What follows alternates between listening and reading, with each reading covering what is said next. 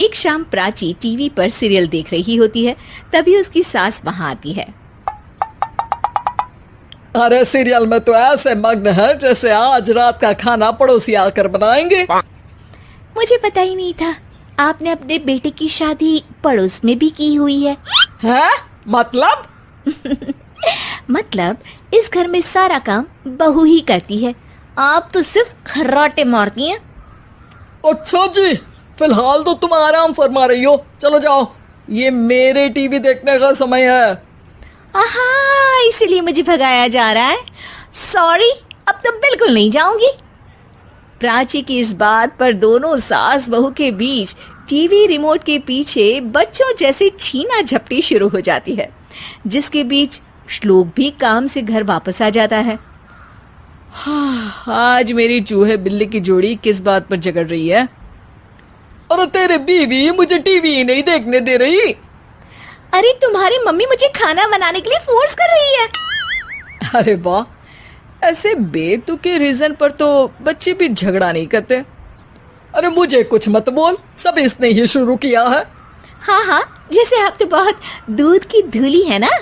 अरे बस, दोनों चुप। प्राची जाओ, खाने की तैयारी करो। और माँ तुम छोड़ो, तुम्हें क्या बोलूं, शांति से अपना सीरियल देखो, मुझे दोबारा लड़ने की आवाज सुनाई नहीं देनी चाहिए। ऐसा बोलकर श्लोक वहां से चला जाता है, जिसके पीछे पीछे प्राची भी कुछ न कुछ बड़बड़ाते हुए रसोई में चली जाती है। हाँ हाँ, सासू जी को तो कुछ बोलेंगे ही नहीं, बस मुझ पर ही हुक्म चलता है, खाना बनाओ, जैसे मैं इनके घर में खाना बनाने के लिए आई हूँ।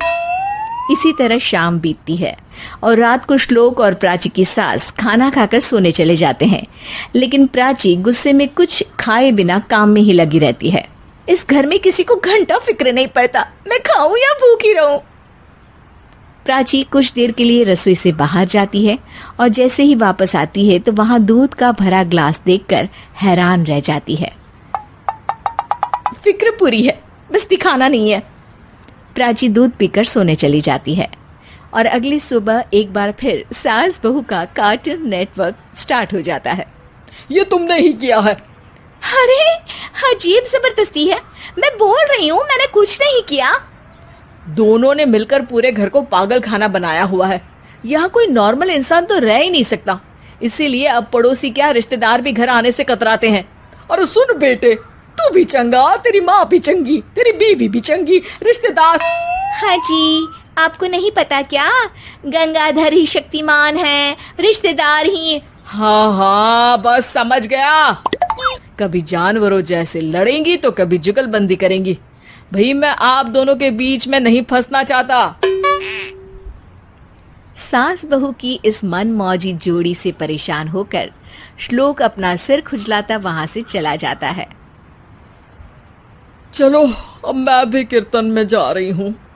इस पर जैसे ही सास कमरे में अपना पर्स लेने जाती है तो वहां नाश्ते की प्लेट रखी देख मुस्कुराने लगती है और नाश्ता करके घर से बाहर निकलते हुए कुछ पैसे टेबल पर रख जाती है, जिसके कुछ देर बाद सिलेंडर वाला घर आता है।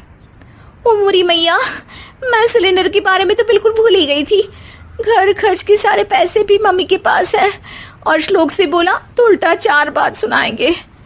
प्राची ये सोच ही रही होती है कि अचानक उसका चेहरा चमक उठता है और वो घर में आकर इधर उधर देखने लगती है। तभी उसकी नजर टेबल पर रखे पैसों पर पड़ती है, जिन्हें वो सिलेंडर वाले को दे देती है। ये सब श्लोक देख लेता है।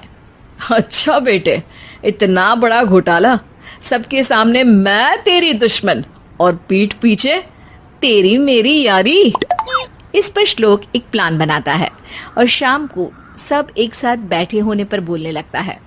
माँ, तुम दोनों की बहुत लड़ाई होती है, इसलिए मैं सोच रहा हूँ कि प्राची को उसके घर छोड़ाऊं, इससे वो भी खुश रहेगी और तुम भी।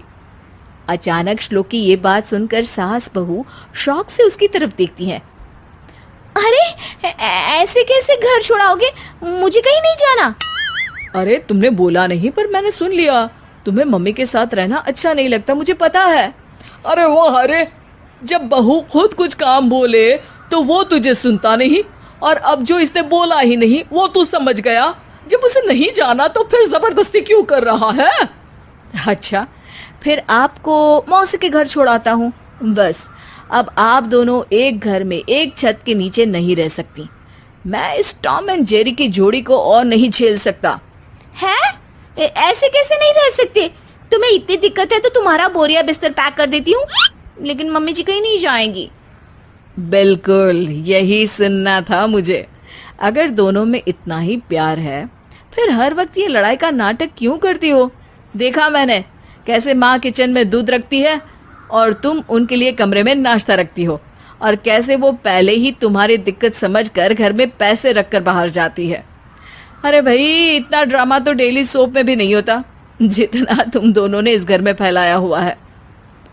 तू हमें टॉम एंड जेरी बोलता है ना, तो याद कर वो दोनों भी एक दूसरे को बाहर वालों की बुरी नजर से बचाने के लिए हमेशा सबके सामने लड़ते थे, लेकिन अकेले में दिक्कत के समय मदद भी तो करते थे। बस हमारा रिश्ता भी कुछ ऐसा ही है। और वैसे भी अगर सास बहू